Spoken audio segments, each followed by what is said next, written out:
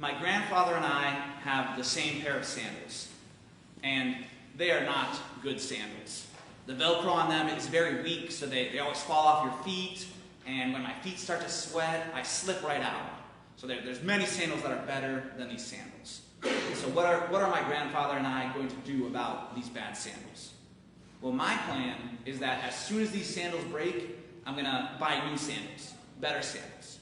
But my grandfather, he was raised during the Great Depression, and so he can't throw anything away. And so when these sandals break, he's going to fix them. And then he's going to fix them, and then he's going to fix them, and then he's going to fix them until they are completely unfixable, and only then will he throw these sandals away. And so there's this bad pair of sandals, and my plan is to change them as soon as possible. My grandfather's plan is to make the best of them, to make them last as long as possible. And so we can ask, which is better? Is it better to change the bad sandals as quick as possible, or make them last as long as possible? And that's a question that we could ask and answer, but it's probably better for us to consider that oftentimes the world can be like a bad pair of sandals.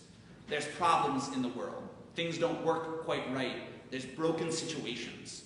At work, there might be a coworker who doesn't pull their weight, who shows up late, leaves early.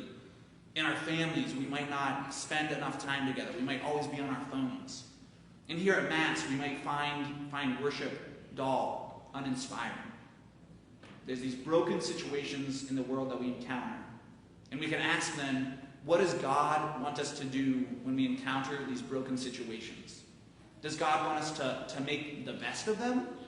Or does God want us to change these broken situations? Well, in our gospel, Jesus, he's journeying to Jerusalem to suffer and die for the salvation of the world, and he stops at a dinner party.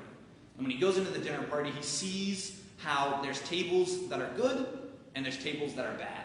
There's some tables that they're near the bar, and you can see the head table, and they're real close to the food, and they're close to the restroom, but not too close to the restroom. There's good tables. But there's also bad tables. There's tables that are right next to the restroom, so you can hear sounds coming out of the restroom, and sometimes smells coming out of the restroom, and the AC vent is right above you, so you're getting blasted with the AC. Nobody wants to sit there. It's way too cold.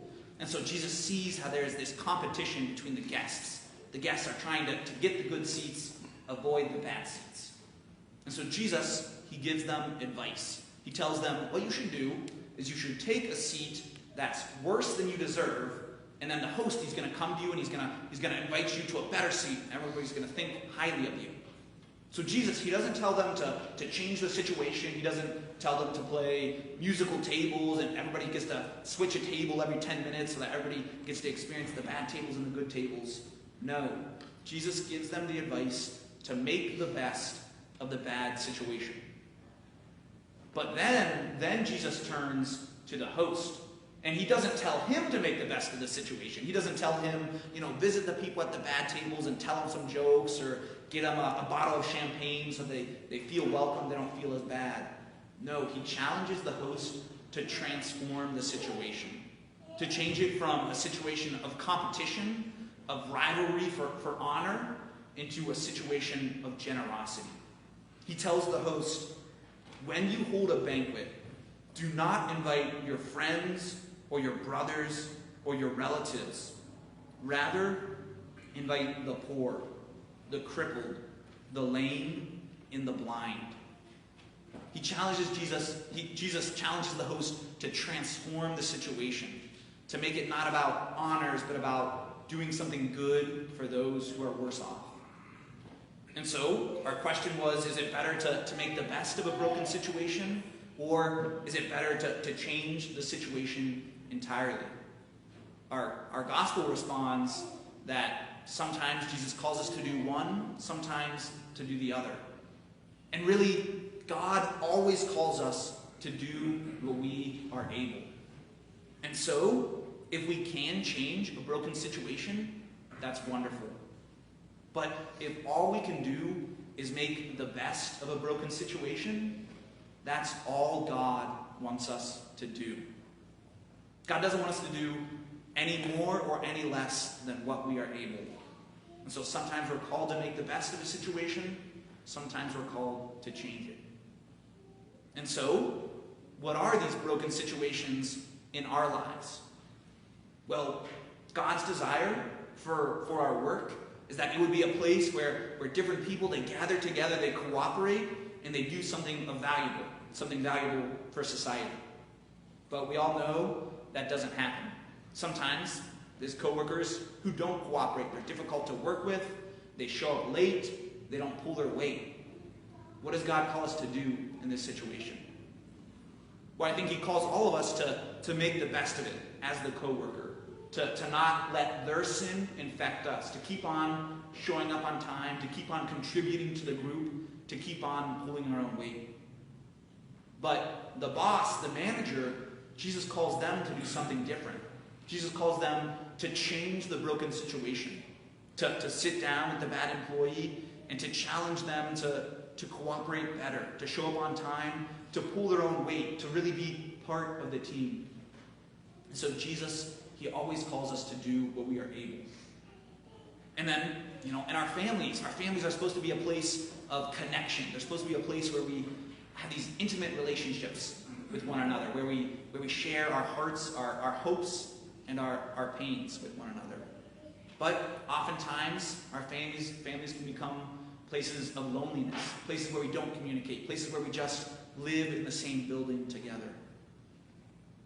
And so, I think in these broken situations, God calls the children to make the best of it. That if the family does gather together for a meal, to put their phones away, to spend time talking with one another, communicating. But then the parents, God calls them to something more, to change the situation, to set time aside for a family meal, to make sure that everyone gathers. And that can be a difficult thing to change that. But that's what God calls parents to do.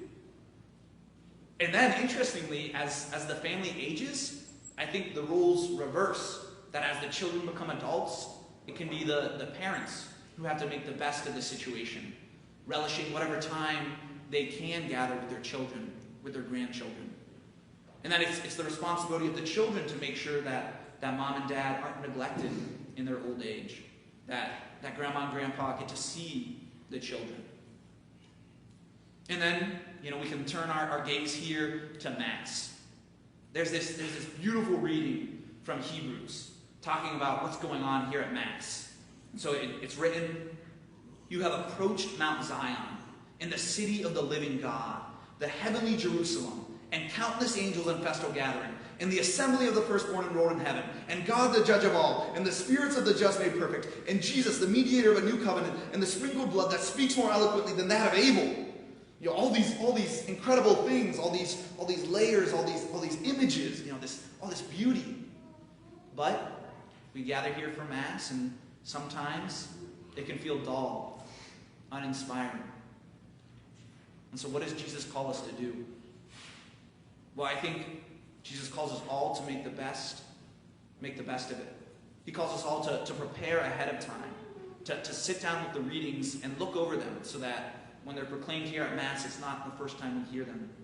And he also calls us all to participate, to lend our voices to the songs, to say the responses, to attend our mind to what's happening.